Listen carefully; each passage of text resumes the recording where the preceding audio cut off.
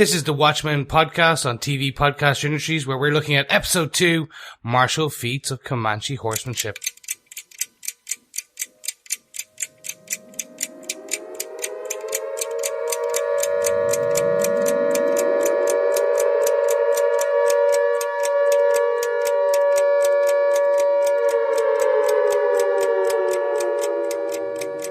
Welcome back, watchers. This is TV Podcast Industries, and you're listening to the Watchmen podcast, episode 2, Martial Feats of Comanche Horsemanship. I'm one of your hosts, Chris. Well done for getting that right first time, Chris. I thought you were going to get it wrong. I'm Derek, one of your other hosts. Hi there, fellow watchers, and I am the third and final host, John. Yes, welcome back to the Watchmen. Yes, thank you so much, because Martial Feats of Comanche Horsemanship is a mouthful and a half, and I've only had to say it 38 times. Yes, it's a good job it's not marital feats of the Comanche Horsemanship. Definitely. That might be an R-rated series. It might also be a mouthful. I also just thought it was marital feat of Comanche Horsemanship, and then I was like, what is a marital feat? Like, not even feats, like a feat. I was like, this is a weird one, but okay, I'm gonna roll with it. I think Quentin Tarantino likes those, doesn't he? For marital feats. He does. Yeah. Yes, thank you so much, fellow watchers, and welcome back to this amazing review of episode 2 of The Watchmen. You are right here with TV Podcast Industries, and we want you to be here going forward for the rest of this season.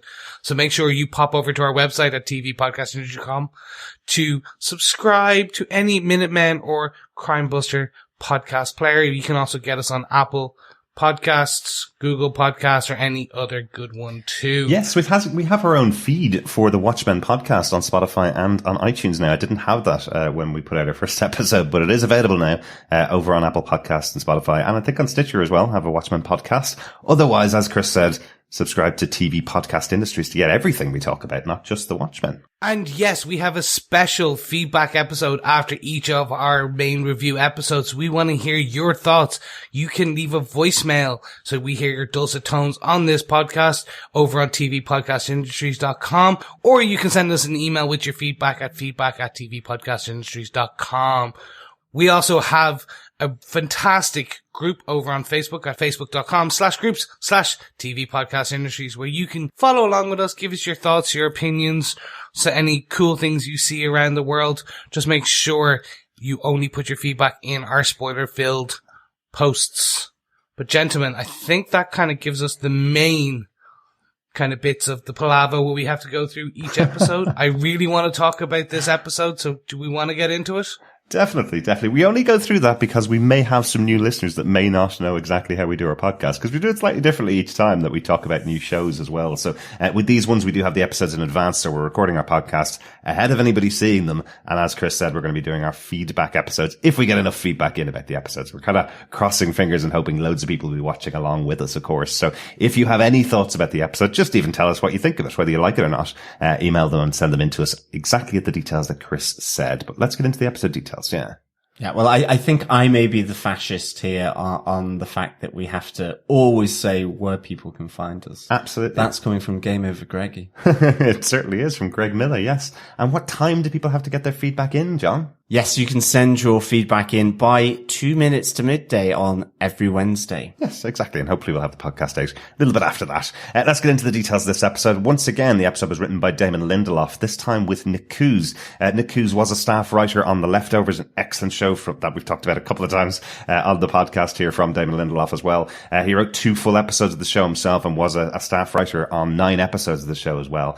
On this show, over on Watchmen, he's written this episode, and he also gets a full writer's credit on the finale of the season. So obviously someone that's pretty trusted with these characters and his ideas for the episodes. Yeah, it's an interesting one to see that usually it's the showrunner. So in this case, just being Damon kind of doing the first and the end. And it's what we've seen in like a lot of the Marvel Netflix shows, what we've seen in a lot of the DC shows.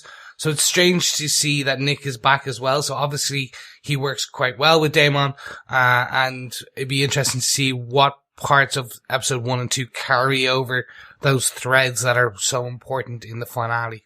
Exactly. And as we said, there's only 9 episodes in this season, and it is a writer's room. As Damon Lindelof has really stated, this is a whole room full of people that have come together for these episodes. So the writer's credit is usually the person that breaks the story. So perhaps Nick's input on the final episode gives him a bigger credit. then just that. Of course, the final episode hasn't been released yet, so we don't know for definite the final credits, so we'll see those as the episodes come up, but cool to see that he's coming back for that episode anyway. The episode was once again directed by Nicole Kassell. She did episode 1 and back for the episode here. John, do you want to give us the official description for the episode? Sure. As Angela relives haunting memories of an attack on her family, she detains a mysterious man who claims responsibility for Tulsa's most recent murder. An original play is performed for an audience of one. Yeah, that was a weird moment, wasn't it? It was more than weird. Yeah. No way. It was, I was like slowly watching it going, this is getting straight. This is getting, what the hell? And then the reveal, I was like, we called it. I'm happy about that. But also, this is so damn strange. Yeah, absolutely. I think this episode was quite thready. There seems to be a lot of threads being sort of initially woven for the rest of the series. And we'll see how it goes. A lot of intrigue. So I thought that was pretty good, for sure. So I really liked that. It really is making me think, what the hell is going on? I think a bit like Angela Abar at the end of this. Exactly. And I do want to apologize before John continues. As our regular listeners know, we can't curse on the podcast, unfortunately, but I think both myself and John definitely, when we watched the episode, said almost word for word the WTF that Angela Barr had at the end of the episode. So yeah, it's definitely the same sentiment as Angela. Let's get on our countdown to midnight with our first 5 minutes to midnight. And yes, we have a brand new structure for our Watchmen podcast. We're going to choose our top 3 moments in our countdown to 2 minutes to midnight. So our biggest point of the episode is our 5 minutes to midnight. Middle is the 4 minutes to midnight. And our final discussion will be our 3 minutes to midnight.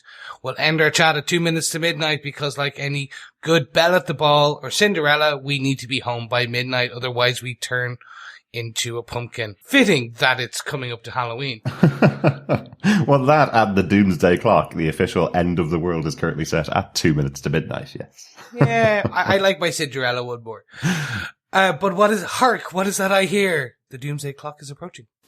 The doomsday clock has been set to 5 minutes to midnight.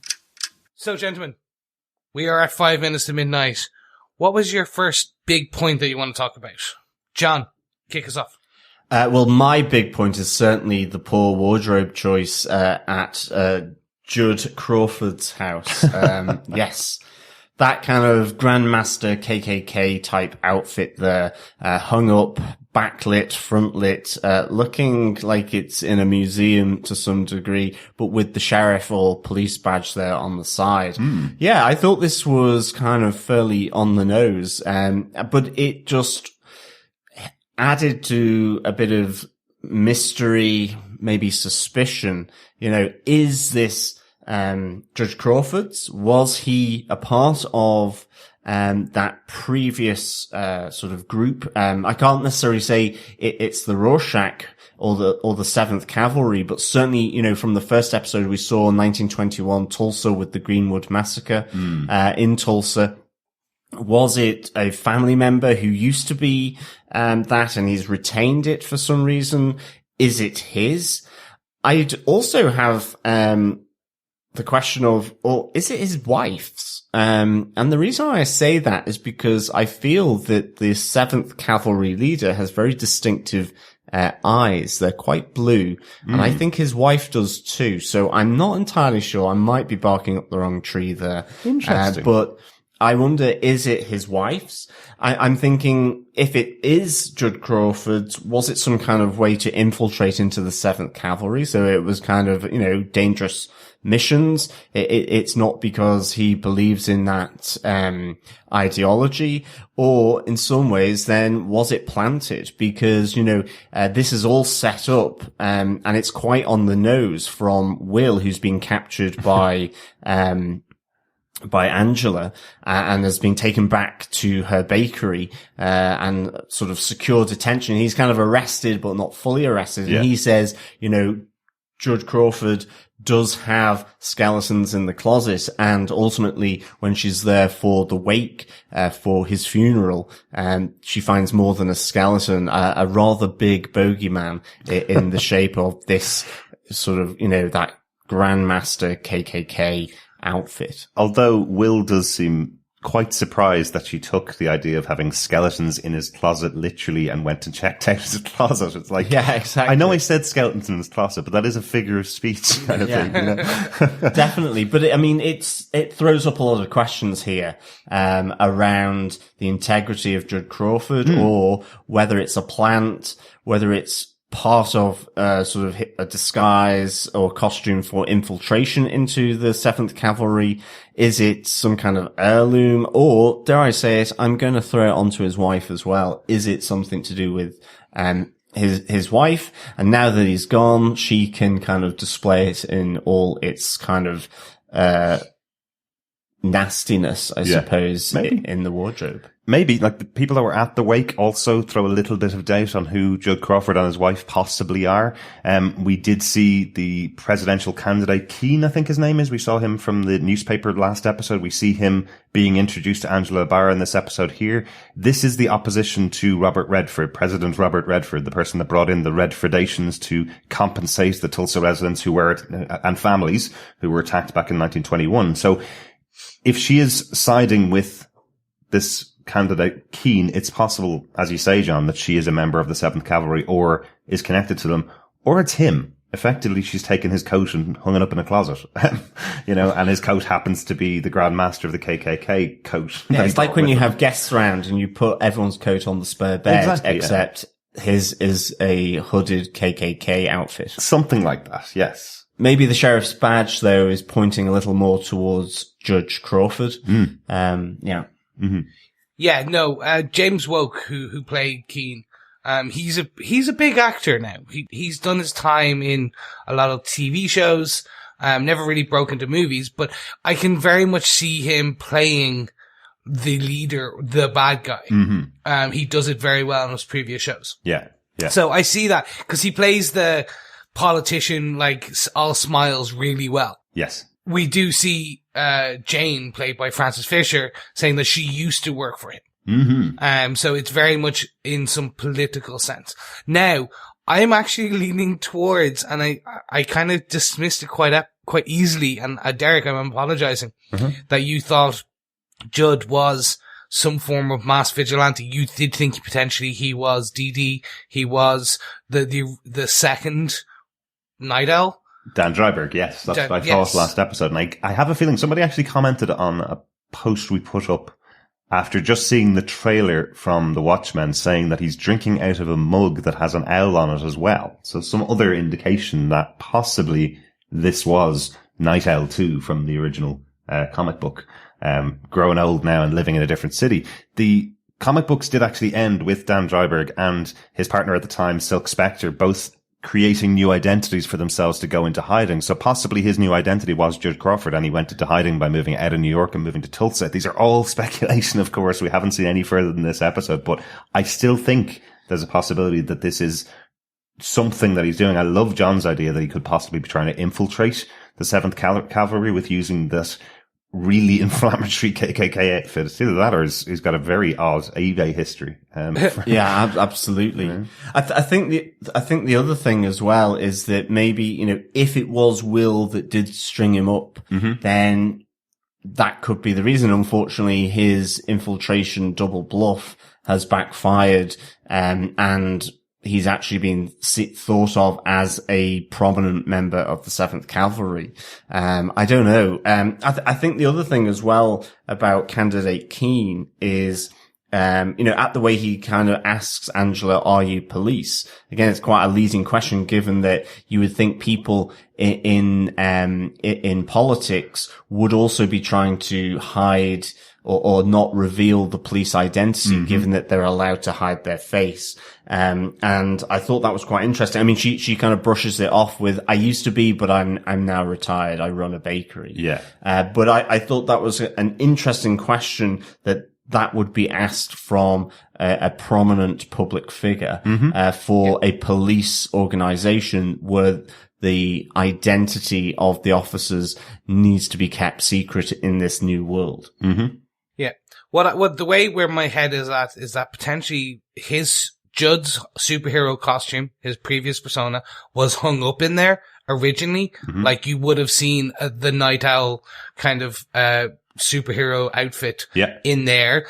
And someone has removed that and placed the outfit, the KKK Grandmaster outfit, in there to continue and to force Angela to continue her investigation. They're literally leading Angela on a thread. They're trying to get her to investigate further, which actually, Derek, I think this brings you on to, and because I believe it's the person I think who's kind of pulling the strings, or at least helping, brings you onto your point. Yeah, I think that we just learned a lot about Louis Gossett Jr.'s character in this particular episode. Will, the young kid that we saw in the start of the first episode, his father was in the military, and we get kind of a whole cycle of who he is in this episode, but he is throwing spanners all around the place into whether we can work out who he is. There's moments in here where he says he has superpowers. That says he can move things with his mind. Maybe he's Dr. Manhattan in the skin of this character of Will, you know. He says he's the one that killed Judd Crawford, yet he's in a wheelchair and is 105 years old. So the chance of him being able to lift Judd Crawford and lynch him and put him on the tree, you know, all of those things are pretty impossible unless he's using superpowers effectively. And all the way through the episode, you're going, yeah, he's just messing with her. He's just messing with Angela about these abilities that he has. But then he escapes and goes across the road to get some eggs and comes back and cooks them for himself in her lair, effectively. So, how's he done all that? How's he gotten out? Who is he? What is it about this character of Will? You know, we do learn a big thing right at the end of the episode. We learn that he is her grandfather, and that's why he wants to get involved with Angela Abar. So we think his name is Will Abar, possibly, that he is connected to her that way, that he is a paternal grandfather. That she didn't know of before now, which is all really interesting to know about. She is descended from people that were attacked during the attacks on Tulsa. But I'm so intrigued by this character and the fact that, as he says, friends in high places, as in a massive spaceship, are able to lift him up and take him away inside a car when he's about to be taken into custody by Angela at the end of the episode. So, he does have friends in high places. Maybe not space. Probably someone driving the Archie, the L-mobile or the L plane, that we saw in episode 1. Probably somebody driving that's lifting the car away. But, just really interesting how he's in her life, who he is and what is it about him. Well, that's it. The Owlmobile, effectively Archie, if that is the vehicle that lifted the car and Will away, you know, it may be, you know, it does suggest that possibly Judd Crawford may not be dead. It may be a ruse. It may be, an act. I don't know. He looked pretty dead up on that tree. But I'm just kind of postulating here because I think that the show kind of probably needs that because he is obviously this whole scene of Judd Crawford swinging from the tree with Will in the wheelchair next to him. Like, this is a definitive scene that is effectively now moving the whole story along. It is this, who is Will? Who is he really? You know, we hear that he's taking pills to help with his memory. Well, are they helping with his memory or are they giving him false memories? You know, we don't know how true a lot of this stuff is yet. Yeah. And I think that's what adds to this great intrigue around who this guy is because, you know, we see him in the flashbacks, where he's trying on his dad's uniform as well. And you're getting a lot of history about this guy, yet there's still so many questions. Yeah. And I love that. I do like as well one shout out. I thought it was proper smooth. You know, you think Angela is just being nice to an old man in a wheelchair by giving him coffee when she brings him back to the bakery at the start and then immediately just bags it in order so that she can go to, I think it's the Greenwood Center, where it kind of talks of the history of the Tulsa massacre in 1921, and checks on his DNA and identity. So I thought that was a really smooth kind of move by her. Very, very cool move. Yeah. One final thing about this for Will, for me, I loved that opening scene transition between his father receiving the piece of propaganda from the German army, in 1921, receiving that note, and then the transition, as you say, you have young Will trying on his father's outfit and reading out this note that he's received about coloured soldiers in the army and needing to turn on the American army because that America is not for them. Germany will welcome them with open arms, kind of thing. And then the transition to seeing Will sitting in the wheelchair, still holding that piece of paper.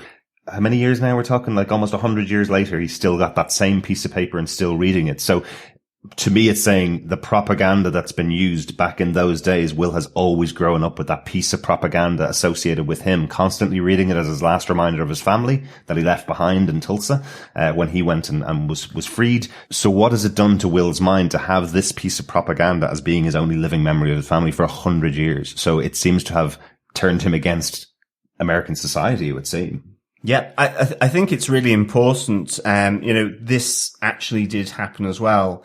So by 1917, you had almost 400,000 African Americans drafted into the U.S. Army, but they were not allowed to be Marines. There was segregation from the white troops, and they were kind of regularly sort of reminded of their second-class citizenship. And I mean, that's kind of shown here with the guy on the horse spitting down on Will's father, in his uniform. Like in the Navy, they could only be kitchen help hands or cooks. Really? They couldn't be, sailors within the US Navy. And it was this German leaflet drop, was specifically aimed at colored Americans to destroy morale and encourage desertion. Right. Saying that, effectively you're treated like crap. Yeah. That's not the case in Germany. It was, those seeds of morale. And I think, again,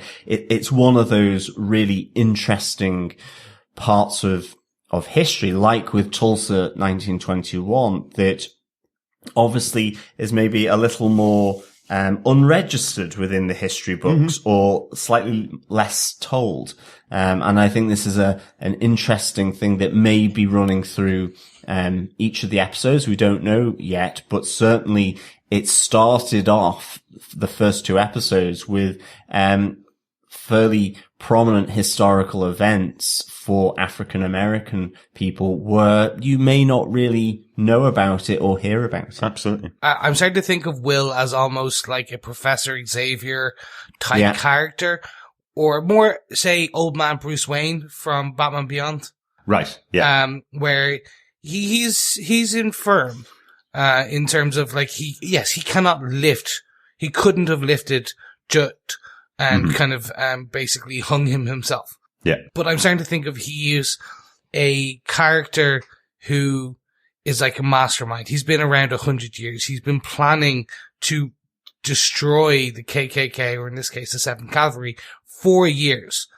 So he's working on that. So he's rounded up his own army, his own vigilantes to do this, which potentially included, after White Knight, the actual, the police, or in this case, Judd.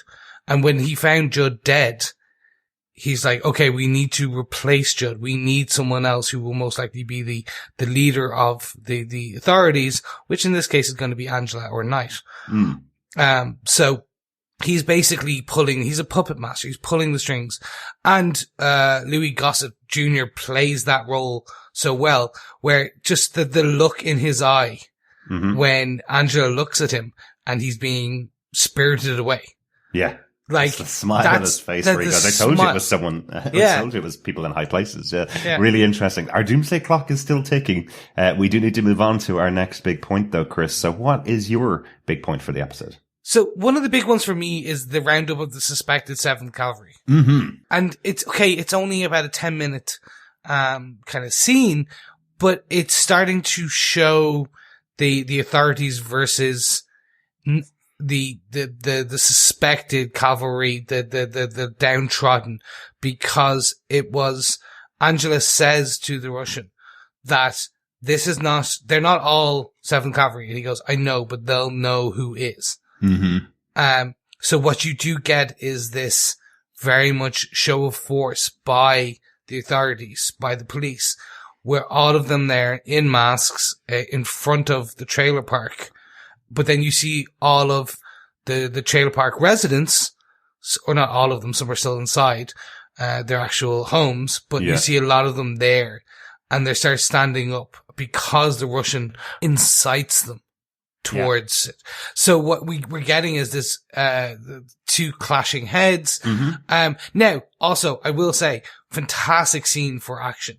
Like, just seeing everyone do their thing, seeing Sister Knight being able to kind of like spinning back kick a guy in the face, but then she starts to lose it, seeing Looking Glass staying completely out of the fray, but then seeing the complete opposite of that, which is the Russian. I don't think we fully got his name yet as a character. Or as a superhero, vigilante, or officer, if you want to call it, whatever term we're going to use. Him doing this, he was like, I want them, like, I need payback. So seeing him get so into it, it's a very interesting piece, because they go through and they round up a lot of the guys. It certainly is. And with Angela saying, I'm going to stay out of this, I don't want any part of this. And it's only when she's attacked, the minute she's attacked, she almost kills the guy. She punches him on the ground. You do see him breathing as she walks away, so you know she hasn't killed him. But it is really interesting, and it does bring up that other question. I know with what the showrunner and writers are trying to do with this show is not say that this is the person that's right. You're following the person that's right. They're definitely giving us a lot of grey in here with Angela and her side, all of the vigilante police officers effectively. Because one of the things that really stood out for me at the end of the episode was, if you think about what's happened to them, they were attacked during White Night. They're now masked, yes, and they're now police force, yes, but all of the police people retired. They all left the service, is what we're told, and all of these people are effectively almost vigilantes, sort of legal. Maybe they're not legal. Maybe they have just taken back up the fight as vigilantes. Maybe they're members of their group that were never police officers at this stage, so there is a little bit of grey on their side as well as everything else. What I find also quite interesting is the politics of it. We have a group on one side, which is the 7th Cavalry, which are just being painted as racists. And we have the people on the other side that support what happened in Tulsa and the Redfordations. They're under President Redford. And what we see here at the 7th Cavalry's home, this caravan park basically, is they're under the idol of Nixon, under the idol of Richard Nixon. So it's a choice of two political parties, not a choice of two belief systems. It's two political parties that they're sitting under, which I think is really interesting. Yeah, this was really good. I love that word. The Russian character played by Andrew Howard, I still don't know if I know his name. Well, I don't at this moment in time, but I love that it goes, we'll give you to 5, and if not, we'll pull down your idol, as they kind of wrap the harness around this, idol of Nixon. And I think that speaks to the partisanship of American politics at the moment. You have this at the moment between Republican and Democrats, of whoever is in charge, that it's become highly polarized, highly partisan, and no one listens to one another. And you have this absolutely encapsulated with this retaliation on the cavalry. And I think what makes it really visceral is the fact it comes from them taking down their chief of police, Judd Crawford, from the tree, who seems to have been up there swinging in the wind for an age because of all the forensic stuff that's had to be done. And I think that's it. You have the Russian really going for it. You have both Looking Glass and Sister Knight really holding back. And I must say there was a line just before, back at the lynching tree, where Sister Knight goes, as always, you're cold as glass, to Looking Glass. And he goes, then why am I crying under here? And I thought that was really a great line, because I think, his face is truly hidden under that mask. And we even see him in front of the TV just eating dinner with the mask still on as well, which I think is quite interesting. Tim Blake Nelson, obviously a very famous actor as well, so you'd expect him to have the mask off quite often. Doesn't in this episode, which I thought was quite interesting. So I liked just how it ramped up here. Yeah. How, again, as you say, these little things just ramp up the tension and the pressure. Absolutely. And one final thing for me on this bit, if we're going to pretend that Damon Lindelof was speaking the truth when he was saying he wasn't talking about the real world politics, one thing to mention is, as we've said before, Richard Nixon was in power for a significant amount of longer period of time in the America of the Watchmen comic books. I think it's somewhere in the region of about 20 years he was in power. of the US, something that's impossible in real life. You can only be in power for 2 terms, effectively. But he broke the mold, and I think he might have been maybe 3 or 4 terms in office in the comic book. So you can understand that he's built up this cult of worship from these characters, just purely in the comic book universe. So we're just going to pretend that it's not a real world allegory specifically about politics in America at the moment. Yes. we got to take them at their word, right? Exactly. Sure. Why not? But I think it probably is. So I think it's about time we move on to our next main point. So that means the Doomsday Clock has been set to 4 minutes. The Doomsday Clock has been set to 4 minutes to midnight. So, John, do you want to give us your medium point now? Yes, mine is, I do not endorse this production. This is The Hooded Justice, An American Hero. I really enjoyed this. I don't know what I was expecting from this scene when you have the 4 guys walking towards the sort of convenience store, putting on the handkerchief over their face. Again, another mask, loading their guns to go and effectively rob this convenience store. But I loved Hooded Justice coming in and being bloody, bolshy and irreverent. I really liked that. I really liked, just how, you get that kind of terms and conditions that, this has, racist language.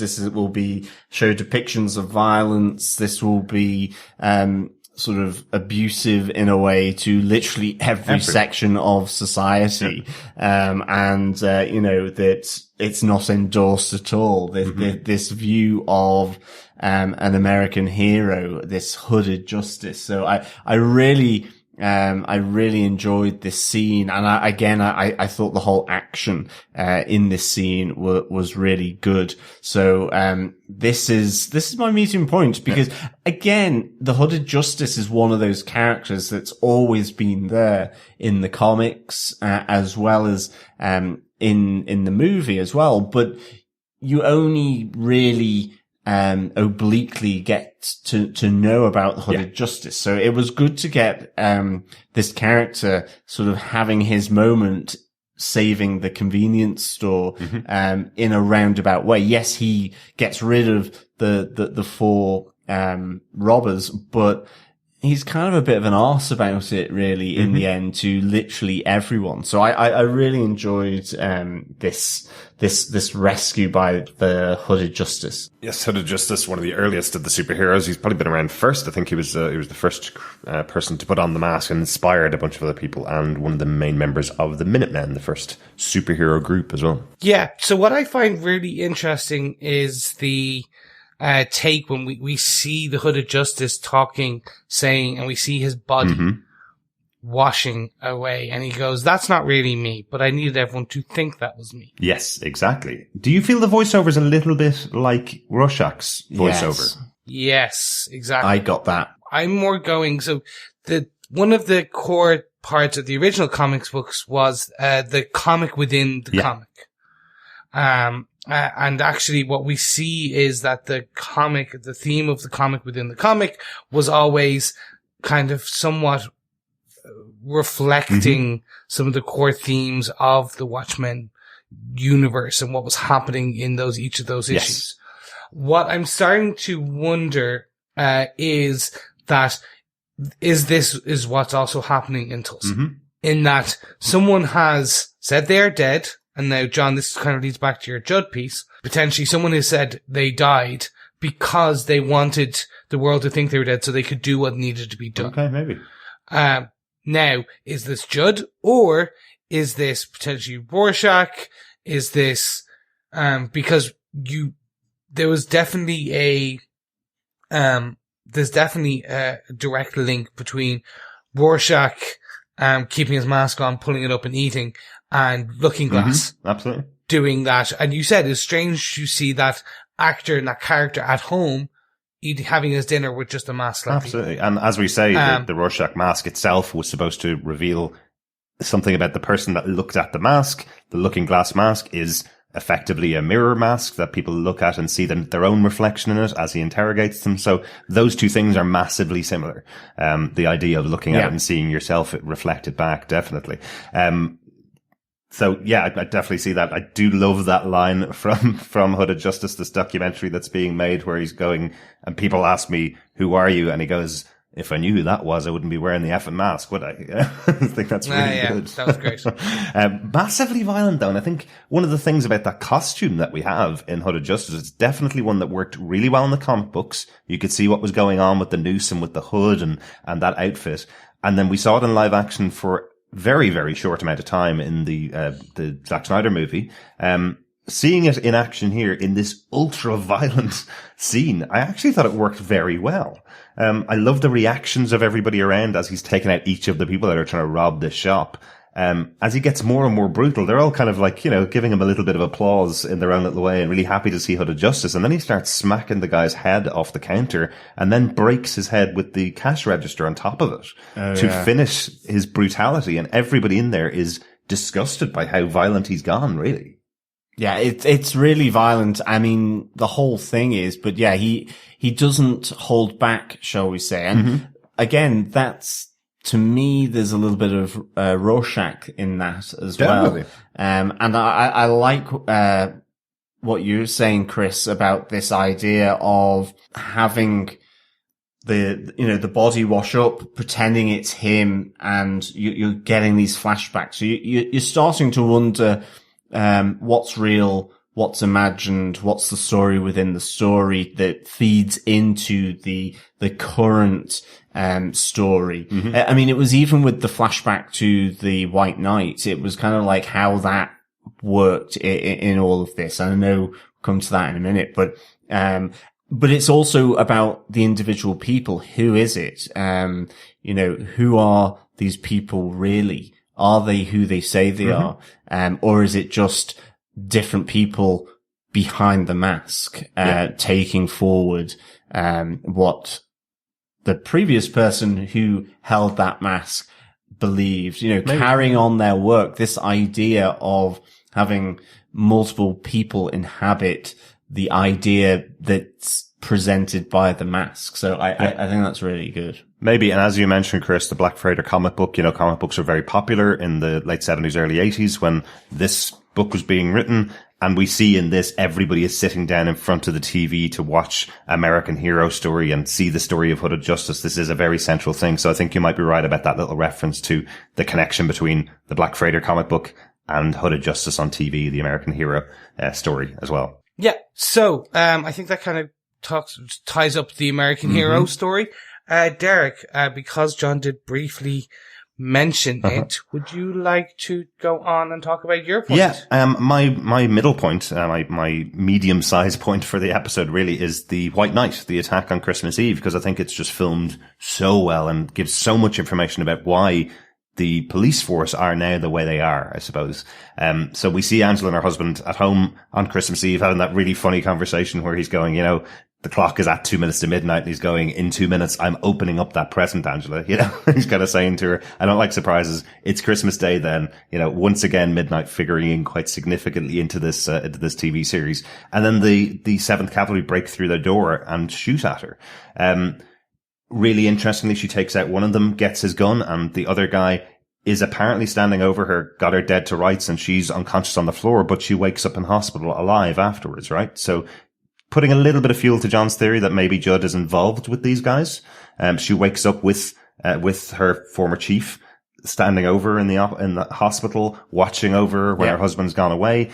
But is there more behind that? Is it more that she didn't get shot because he wanted to keep her alive? He was the other person that was behind that 7th Cavalry mask. And when the person he went into the house with got killed, maybe he decided, well, I'm not going to kill her myself. Something like that. We'll see as the episodes go on. But there is so much in this. Like we hear there were 40 other homes all attacked on the same night, including her partner who lost his life with his wife as they were asleep in bed waiting for Christmas Day to come. And that's where we find out about Angela and her husband getting the kids that aren't hers, as Lookingglass so horribly puts it. She's adopted effectively her partner's 3 kids to live in her home with her. Yeah, and also Judd Crawford does seem pretty beat up there. So again, what's the reality here with Judd Crawford? Yeah. He's kind of a twisty-turny kind of a character. He's been portrayed as that. But yeah, I wondered why she hadn't been shot in the face. I thought we were going to see her husband come in and save her, and maybe that's all that happened. We just didn't see it, but she survives that White Knight Christmas, the Santa Baby flashback. Absolutely. I love actually how they do that as well, the Santa Baby song playing, and that actually gets slower as the attack's going on. The actual record that's being played slows down as the attack's going on, which doesn't happen obviously in the actual song. So it was obviously a choice of the people who were doing the music for the episode to slow it down to accentuate what's happening in the scene. I think it's beautifully done. Really good scene. Yeah, I loved everything about this. This gave us so much more information about White Knight, and explaining how it all went down. As you said, it was the full, complete police force was attacked. Yes. With only a handful remaining of the 40. So you would expect Tulsa maybe having just around 40, 50 police officers. Maybe. Because it's not like Dallas, or it's not a massive city, in comparison. So you could see it having a more sheriff's police force. And I do think the point is made by Crawford that not only were 40 people attacked on the same night, all the other police officers are handing in their notice or handing in their retirement papers to leave. So even though the force may be significantly larger than that, it's had enough of an effect to make police officers step back and go, I don't want my family killed over this. I'm out, kind of thing. So maybe the force now is that room that we saw in episode 1 with the probably only 50 or 60 officers who are all masked. Maybe that's all that is the police force in Tulsa now. But it may have started at a much bigger level. And now it's just people that are willing to put on the mask, cause Angela instantly says, even though she's still in bed 3 days after being attacked, she instantly says, well, I'm not giving up. I'm here. And he says to her, Crawford says to her, well, if you're staying, I'm staying, kind of thing. So, so there is some members of the organization that this has actually served to galvanize against them. And there's other members that have left effectively. So it does give a huge setup for who these characters are in the police force of Tulsa. It does. And it's very much answering 2 questions, posing 8 more. Of course. Yeah. The pilot first episode was very much just a setup. And now we're getting little pieces of information, but it's just posing so many more. And I was like, oh no, but why? Why have that person just stand over her? Like, now I'm going to have to wait until episode 8 to find out what really happened there. No, I'm not complaining. I'm just being Irish and complaining about it for the sake of complaining. So what you're saying is that it's a Damon Lindelof television show then? Exactly. Like, who would have known? Who would have known that, 6 seasons of Lost, 3 seasons of The Leftovers, who would have known that he would pose questions that he isn't going to answer in the same episode? No, it's terrible. But really good. There is another couple of things that were going on. Chris, you have some questions about the tech that's used for your medium point, yeah? Yeah, so this is just really starting to become interesting for me because we see, we posed that potentially it was just the police force that had access to this more high-tech, advanced technology. But I don't think that's the case anymore. I'm wondering if it's a lot more openly available. Now, I don't mean legally, but just openly available than we expected. Because, first of all, we see, yes, potentially the Owlmobile, Archie, taking Will, or at least some form of that. So a hovering UFO-like event that took with a massive electromagnet that can lift a car. Yeah. I think you actually mentioned last episode that you think that this might be something they made off the plans of Archie. Maybe there was multiple ones made, because we did see in that first episode, remember, Judd Crawford was in what we thought was at the Archie vehicle and it crashed to the ground. So unless somebody's been tinkering with it and fixing it up and has made it be able to be flown the following day, it's unlikely to be the same model, but it could be another model of the same thing, that the technology is out there since, it was 30 years ago when Night Owl was flying that around the city of New York. So maybe it's out there. Exactly. And that's what I'm trying to think. I think it's more readily available for all the different police forces, for blah, blah, blah. We also see Angela's X-ray goggles, which is very much a Night Owl thing that seems to have been co-opted. again, just like using it looked very much like the Night Owl hood or the bionicles that were used, and she could zoom in and out and the depth was changed. So 2 pieces of Night Owl equipment in Judd Crawford's police officers and police force. I think you might be proving my little idea that could have been Dan Dryberg. Potentially, but what starts to throw it off then is the news reporters, the film crew at the crime scene. I know. That was hilarious. 2 cameramen essentially wearing a pair like moth wings, Yeah. floating, and we see that they're being shot down like drones. Yes, exactly. It was just really interesting because we keep getting these flashes that, yes, this is 2019, but it's an alternate take. We already know the history is an alternate take, but also the technological advances are an alternate take. Yeah, maybe Arthur from The Tick has moved over into the Watchmen universe and lent everybody his moth wings. Yeah, so who knows? But it does feel realistic, doesn't it? I know the tech is a bit weird and the guys are carrying these massive cameras effectively, but it does feel realistic given how many drones are being used with cameras on them to capture footage for movies and TV shows and the news as well. You know, it does feel realistic that if you had tech that had a pair of wings and could fly a news reporter over the top of a place they're not supposed to be in, that they would absolutely use it to get this footage and put it on TV. It feels realistic in a way, you know. And of course you have in the, the Greenwood Center, they have that hologram aspect, for the displays in that center, like you get in Star Wars as well. So, I thought that was pretty cool. Help me, Chief Judd Crawford, you're my only hope, kind of thing. Yeah, exactly. Really interesting. I also love that whole thing of doing the DNA test in the Crawford Center as well, where they go, and your name is, and she goes, Will. And there's no other verification at all. She just says her name is Will, even though clearly from the DNA sample, it's a male sample, right? I'm Will. But I do like that. It's really, really interesting. Yeah.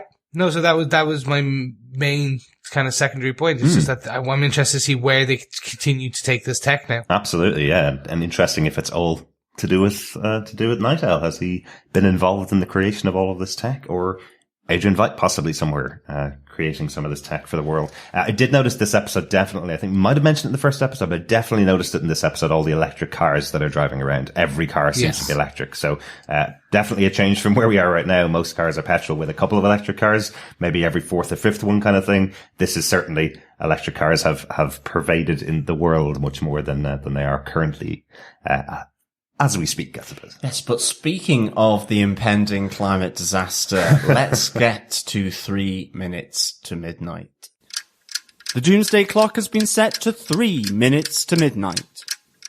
Yeah, our small point, a small thing about the episode that we want to talk about. John, do you want to take us off? Because I think we might actually have a similar point. But John, your small point about the episode. Yeah, it's the strange stagehands. You have the many faces of Mr. Phillips, and you have the multiple faces of Miss Crookshanks.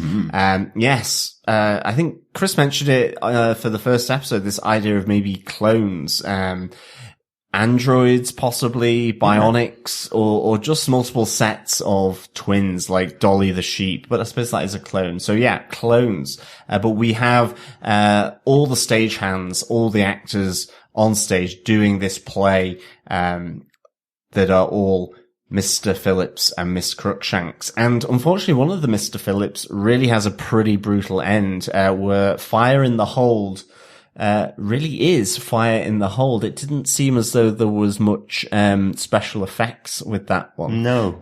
He did literally light up Mr. Phillips here.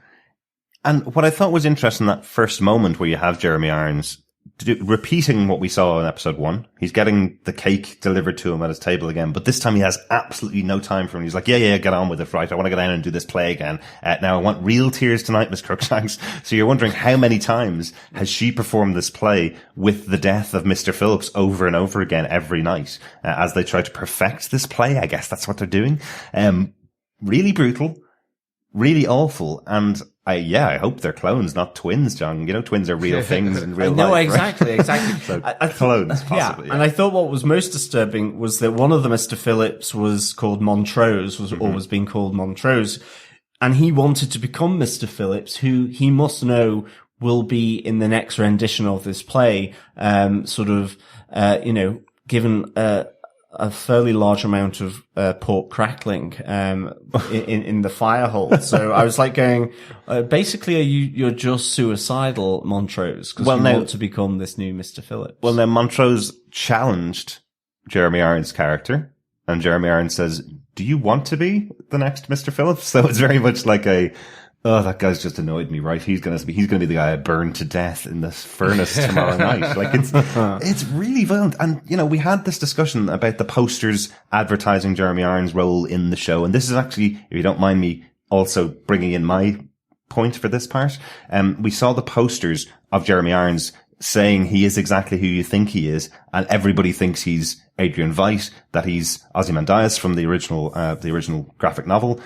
Even on IMDb, he's listed as Ozymandias and Adrian Veidt. I am suddenly going, is this actually John Osterman inside the mind of Dr. Manhattan trying to break out?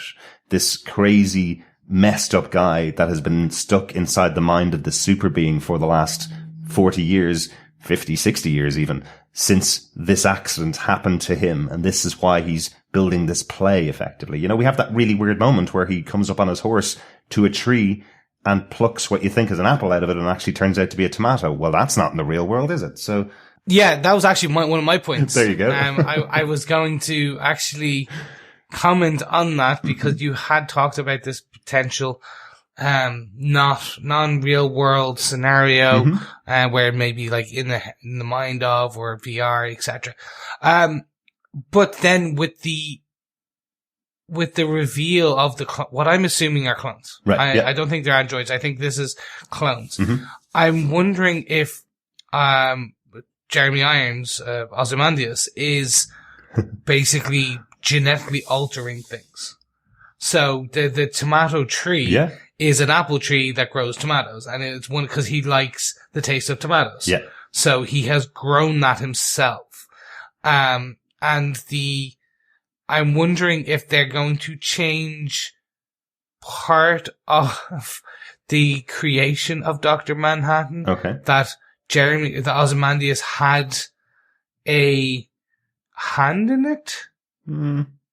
Or that there is more to it. Like, it doesn't make sense right now why he would be so enraptured by the creation of Dr. Manhattan. And he would have been, I don't think he would have even been born when this happened to John Osterman, right? Because that happened in 1947. Gosh, I should have written down what was on that signpost at the back. And it might have been the 40s or 50s. And Adrian Veidt, Ozymandias, was around in 1980s. So he shouldn't, maybe his father had a hand in it, but I don't think the actual character of Adrian Veidt was around when it originally happened to Dr. Manhattan. Which is making me suddenly question, maybe they were messing with us. As you said, Chris, last episode, maybe they were messing with us. He's exactly who you think he is. Well, as long as you think he is who he is, because he's not if you don't think that. Or could it be a split personality? So we hear that Dr. Manhattan cannot change his skin. Yeah. So could it be a fractured personality of Dr. Manhattan who is now Ozymandias? That's why I'm thinking it's John Osterman inside the mind of Dr. Manhattan. I don't think it's Adrian Veidt, Ozymandias at all. I think that was a marketing campaign messing with us. All this is interesting for me. Yeah. It's just one of the most interesting parts is how this is going to feed into the main storyline. Because there's nothing in what this character is doing. There is nothing in the stuff around him. Yeah. There is nothing, like writing a paper or anything like that. There's nothing there. Yeah. And we don't even know if it's in the real world. We know it's even filmed in a different country. It's filmed in Wales, when the main body of this is being filmed in Georgia in the US. So all the Jeremy Irons stuff is in a completely different world effectively right now. So will it tie together? How will it tie together as the rest of the show goes on? And I think I'm going to resign myself to calling him Jeremy Irons from now on, because I really, right now in the second episode, I have no idea who the character is. I think it might be John Osterman though. But one of the potentially interesting things is, I have friends in high places. We hear Will say that, right? Posturing, just questioning, could Will be referring to Jeremy Irons. You do have that feeling? Yeah. I have he that, is yeah. the mastermind because he was the mastermind of everything else. Is he the mastermind behind this? And Will has been 109 years old because he's cloned. Maybe. Or there's some form of it there that is being helped aged with him. Genetics are working out. Those pills are keeping him alive because his clone body is dying. Exactly. There's so many questions to it. It's that thing. We're told so many things, and yet we can't be sure whether they're correct. As I was saying, and like you've brought here, Chris, are those pills really for his memory, or is it for his memory because he is some kind of creation? Maybe. And yes, I suppose even, just coming back to what you said earlier, even androids, maybe dream of electric sheep.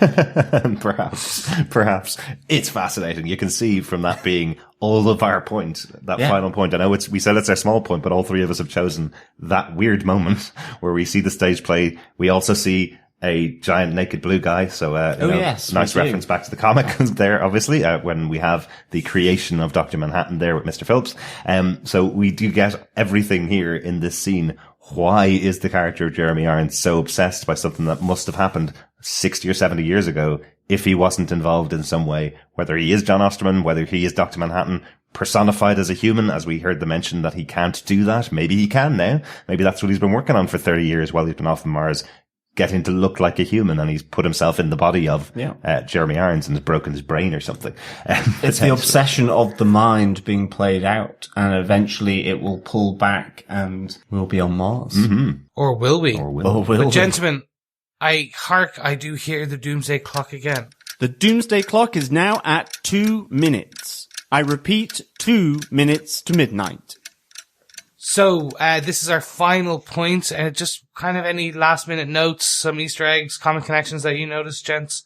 Anything for you guys? Loads. Yeah, I mean, just quickly for me, I love the typewriter at the start, typing out Watchmen in the font. Sad, I know, but I really like that. Font fan John, yeah. And I love Topher's floating Meccano set that he was doing. It was just like, what is going on here? Again, of this world, but very different. And I kind of quite like that. Absolutely. And I definitely wanted some kind of explanation for it. It looked like, when I watched it the second time, the first time I was like, hang on a second, does he have superpowers? And he's using them to build this cathedral out of Meccano, effectively. And then I noticed there's a kind of a pad underneath. There's like a metal pad, a black pad underneath. It could be metal. It could be Magnus that's raising it up. But he gets frustrated and allows the thing to just disintegrate on the floor. Which he obviously throws it across the room. Yeah, but he instantly resets himself. Did you notice how quickly he goes, can I go and watch TV? You know, he instantly has a second of anger and then instantly resets himself to go and can I watch some TV now, as if he's back to normal. So I don't know. It felt like they were saying he has some form of powers. And then you're kind of going, oh no, there's going to be a real world explanation for this in the future because nobody has powers except for Dr. Manhattan, right? So, correct. So I'm intrigued to see how we get that played out, but it is something completely otherworldly, as you said, John. Yeah. And also just coming back to the earlier point, Andrew Howard's character is Red Scare. Ah, very good. Very good. That's the Russian. Yes. Very good, John. Thank you very much for that one. I think there's a couple of really big things that happen in this episode. Chris, you were talking a little bit about Black Freighter, the comic book, from the original Watchmen comics. I definitely think we see the newspaper vendor that's in this episode in Tulsa. Yep. We see the newspaper headlines on the front of the New Frontiersman. The New Frontiersman is where Rorschach sent his diary, his description of everything that went on to be published. So the New Frontiersman is still going 30 years later. The headline that's on the New Frontiersman is Global Squid Falls Baffle Scientists. They've happened in 4 different cities across the globe, effectively. So interestingly, this is something that will play out about the giant squid from back in the 80s, now manifesting as squid rainfall, effectively, around the world. Definitely both nods to the comic. But I also think the newspaper vendor is a nod to Bernard, the guy who sold the newspapers in the center of New York. He was present throughout all of the book, and he took his cues for his belief from everything you read in the newspapers. Yet you have this guy, this newspaper seller, effectively saying, I don't believe a thing that comes out of these newspapers, which I think is a little flip on it. And we see the young kid coming up and collecting her set of newspapers. is this a commentary on the fact that everybody now reads the news as if it's like comic books? Because in the comics, Bernie was the kid that read Black Freighter at the newsstand. Is this kid coming up and reading the newspaper like it's a comic book, effectively, because it's as exciting as comic books used to be now to read the news? Or there's so many lies in papers these days. It's not reporting news, it's reporting opinion or spin. Yeah. That actually it's like a work of fiction. Absolutely. So I'm wondering, it's a character we haven't been introduced to yet, right? Because that's a new child. We haven't seen her before. Yeah. And the vendor basically asks, does she really read all of these? Yes. Yeah. So, and it's a white van, it's a white SUV, but it looks somewhat armored. Maybe. So I'm curious to see if potentially this is someone else. This is someone who we haven't met yet that basically has a daughter who is basically her slave, kind of. I don't know how that worked, but essentially the woman doesn't get out of her car. She's too important. She basically pulled the child to go collect those things every morning. Right. And she reads every single word in them. Maybe trying to search for something like that. But as I say, the costuming of the kid that collects the newspapers is almost exactly the same as the 1980s costume of Bernie who sat there and read the Black Friday, which I just think is a nice nod. Yeah. So maybe we'll never see her again. But I did like that little touch of the two of them speaking to each other was similar to the comic book. Yeah, I mean, I definitely wondered, like yourself, Chris, who is this girl? But yeah, I think it's more going to be that reference to the newsstand, and also just a shout out to the fact that the newsstand guy is Robert Wisdom, who was in The Wire. He was Bunny, the precinct chief, I think, where he creates New Holland with all the drugs being legal. But that was a nice little touch. Yeah, it was cool to see him in there. I know you even mentioned last episode, John, that your favorite thing that HBO have ever done is The Wire. That's where it all started for you, really, with your love affair with HBO. So interested to see the character appear here. A couple of other quick things, if you don't mind. I'm sure you have one or two, Chris, as well. Almost back to back with one of the other shows that we covered on The Boys, we had a special appearance by Uncle Bobby from Supernatural. And he appears here as well. He is also another uncle in here. This time making a wonderful line where Angela goes, look, there's so much going on in the city here. Could we just take a rain check or something? And he goes, I can have a real check to clear out of here, basically. Give me some of that Redfordations, effectively. So seems to be involved more in the 7th Cavalry than in Angela's side of life. Seems to be a bit of an abrasive character. So hopefully we'll see Jim Beaver back later in the series. But really cool to see this cameo of Uncle Bobby once again on another show. So just a very short one. It may be nothing. It may be something. Essentially, when we see Angela inputting her code in her bat cave or in her sister night cave, it looks like it's 1980. And then I'm pretty sure it's a 5, which is an Easter egg to the release of the original Watchmen comic, the year it was released. Yep. Unfortunately, it's been blocked from my view. In everything, if you just assume where her fingers go, the logical step is the 5. So it will be interesting. I'm assuming at some point they'll zoom in on it, and that will be the Easter egg, for the show or for that episode. But if it is what I think it is, it's a nice nod. Interesting. Something else we've learned in this episode, fellow watchers, don't ever buy anything with credit card when Chris is over your shoulder behind you, because he will work out your PIN number. Absolutely. What do you mean it's 5432? Damn it, Chris, don't tell everybody. One final note we wanted to mention, because the name of the episode being Martial Feats of Comanche Horsemanship, it would be weird if we didn't mention the painting that they linger on quite a bit in the house of Judd Crawford. The painting shows 2 Native Americans on horseback being attacked by 2 other Native Americans. You can tell the difference because the Comanche horsemanship that's on show is effectively the people who are being attacked are hiding on the other side of their horses while spears are being thrown at them. So need to know what that means in the context of this show and in the context of this episode, but it's effectively using all of your abilities to avoid being caught or being killed. So wonder what that means as the episodes go on. If you have any ideas what it means, watchers, or anything within the episode, of course, send in your feedback. Email us at feedback@tvpodcastindustries.com with your thoughts about the episodes and anything you may have caught that we didn't catch. Yes. Oh, one final Easter egg that I noticed after watching the episode one more time after recording the podcast. I just couldn't not include it in here, in our Easter egg section. The Hiroshima Lovers, which is a bit of graffiti, otherwise known as the Atomic Kiss. It's a bit of graffiti that they used to use in the actual comic book that Alan Moore drew. It's of two lovers, a man and a woman, embracing just before a bomb drops, effectively. It's called the Atomic Kiss sometimes, or the Hiroshima Kiss. It's used in the comic book by Alan Moore multiple times to designate that there is an impending doom coming with a possible drop of an atomic bomb. In the show, this is the first time I've seen it, it's where Angela's dressed up as Sister Night, leaving in her Batmobile, I guess, or her Sister Nightmobile, just before we get to the newspaper seller that I mentioned earlier on in the Easter eggs here. On the wall, as she's driving out of her lair, I suppose, it has this image on the wall. Just check it out. It's about 9 minutes into the episode, but check it out. Very cool to see it translated into the TV show. I just thought it was kind of cool. I'm wondering if I missed one in episode 1, and look out for it in all the future episodes of the show as well. Back to the rest of our podcast. But I think that wraps up our total review of this episode.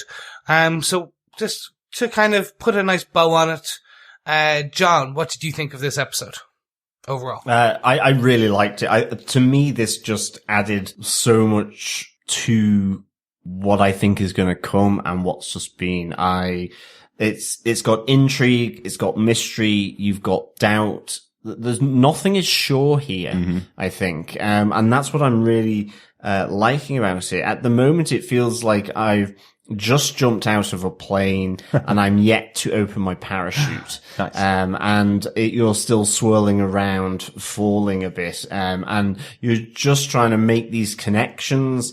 Will they pan out? Will they won't? Or are we completely way off the mark? So the intrigue, the mystery and all that, and the doubt and uncertainty, literally about everyone, I think, is really, really good. I'm finding it absolutely exhilarating and really exciting.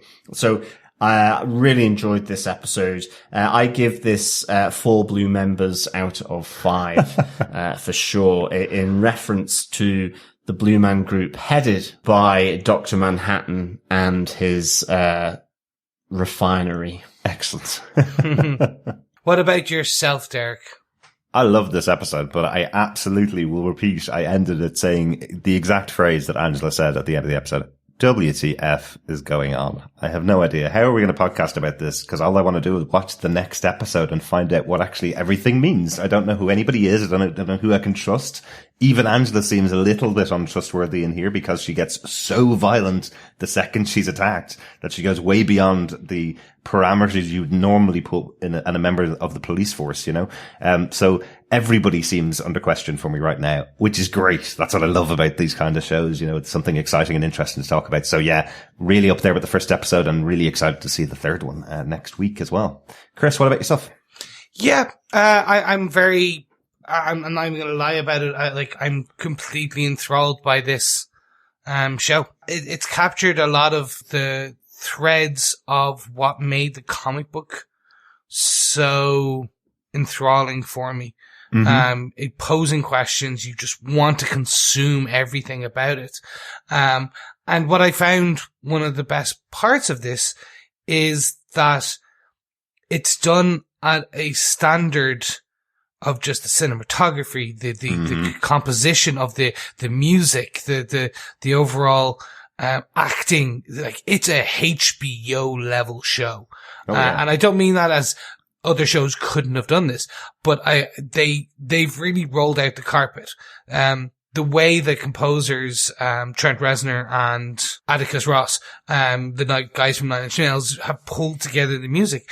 It's like just beautiful. It's haunting in parts, it's thumping in others. I think, John, you pointed out that there's some of the songs that the guys have done seem to pull a little bit on the former songs of Nine Inch Nails. Yeah, as well. there's a theme that runs through on the piano that is very reminiscent of some of the Nine Inch Nail themes. I think one being Closer on the piano.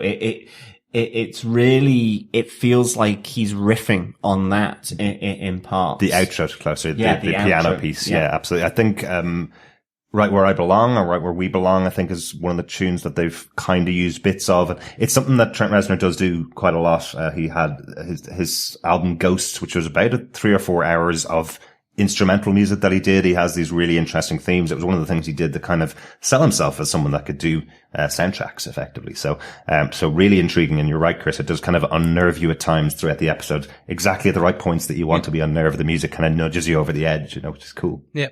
I really want to call out Nicole Kassell's direction and the choice of shots. You could have done it a million ways, but when the four characters are pulling Judd down from, or at least like gently removing him from the tree, the decision to focus in on Angela at that angle and then morph it to the White Knight.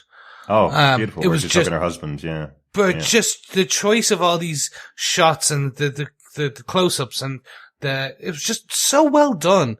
And then the one that's really stuck with me, and I don't know why, is the slightly focused and out of focus shifting on the pill bottles when we're in the Sister Knight's cave with Will. The Will is in the background, and then we see the pill bottle there, and it was just so well done. Yeah. I'll very much wrap up by saying we joked about it, but this is a Damon Lindelof show. Every time we're getting an answer, 50 more are being posed. Yeah, definitely with you there, Chris, on that great kind of shot as they're pulling the chief of police down, and she says, "I let you down," as they're letting him down, and then into the white Christmas, White Knight slaughter Christmas. That was a real great shot, definitely. Yeah. And as you say, Chris, it is a Damon Lindelof show, and, that focusing and non-focusing of the pill bottles, that's either pay attention to this or pay attention to this while we're doing something over here in the background that you're not paying attention to. Exactly. Which I love. You can't tell with his shows until you see the full season. You can't tell what bits you were supposed to be focused on, which I love. So, always good. Yeah. But gentlemen, I think that about wraps up everything. Fellow watchers, thank you so much for joining us. Be on the lookout for our feedback podcast, Bulletin of Our Atomic Watchers. See, I kept the name, John. Yeah. Great one. Before our review of episode 3 next week. And don't forget, we want to hear your feedback, be it vocally or just in writing. So if you want to go to tvpodcastindustry.com and leave us a voicemail, we'll make sure your dulcet tones join us in the bulletin, or just actually send your feedback to feedback@tvpodcastindustries.com. Don't forget, even if you don't want to do either of those things, you can still join us on our Facebook group at facebook.com/groups/tvpodcastindustries. And jump into the spoiler cast posts where we'll be talking everything we can about the episode. But we really do want to make this very much a community Lost-like, kind of feedback areas, because we know we all think one thing, 3 things, 5 things. We want to hear what you think Damon's doing. We want to hear what you think this series is going, this episode is going. Pose some questions, answer some questions. Throw some random theories out, because I personally love those. Yeah. And tell us when we're wrong as well, because we're coming at it from one perspective, remember? So we're all talking about these episodes and thinking what we think is right and thinking this is what our ideas are going on to these episodes. If you've seen something that completely contradicts what we've seen, please email us. Please let us know what you thought. We'd love to hear from everyone that's listening to the podcast. Our cutoff time for weekly feedback is Wednesday at 2 minutes to midday GMT, which is 1 p.m. Wednesday Central Europe, 7 a.m. Wednesday for US East Coast, and 4 a.m. Wednesday for US West Coast. And also 10 p.m. in Melbourne, Australia, right? Yep. Let us know your thoughts. Send them in to us, and we will talk about them on our next podcast, our feedback podcast. Thank you so much for joining us. Yes. Don't forget, if you haven't yet, subscribe to our podcast or tvpodcastindustry.com for all the links and everywhere you can find us. We'll be back on Monday, the 4th of November for Watchmen episode 3. She was killed by space junk. John, do you want to give us a bit of the official synopsis for this episode? Yeah, sure. Following a late-night visit from the senator, FBI agent Laurie Blake heads to Tulsa to take over the recent murder investigation. The Lord of the Manor receives a harshly worded letter and responds accordingly. Ooh, the Lord of the Manor, you see? They're not even naming him in the synopsis of the show. Who is the Lord of the Manor? The Palace, maybe. The Glass Palace. Maybe. He's exactly who you think he is. Exactly. And Laurie here seems to be Silk Spectre, or Laurie Just Spec Check, taking her father Eddie Blake's or the comedian's surname. So that will be an interesting addition into this series, for sure. But just to close out, fellow watchers, remember, you can subscribe and support our podcast through TV Podcast Industries by sharing, with friends, rating us, leaving a review on any podcast catcher of your choice. That would be great. And also now we have a Patreon account where you can also support the podcast if you wish. For all your support, we thank you absolutely. And it is over on Patreon at patreon.com/TV Podcast Industries. That's it. Yes, thank you so much, watchers. For now, keep watching The Watchmen. Watch the skies, because you never know when a big, massive electromagnet may steal your car. Absolutely. Oh no, mine's just gone. I do kind of feel like I'm past, present, and future all at the same time right there. Thank you so much for listening, fellow watchers. As always, keep watching, keep listening. Bye.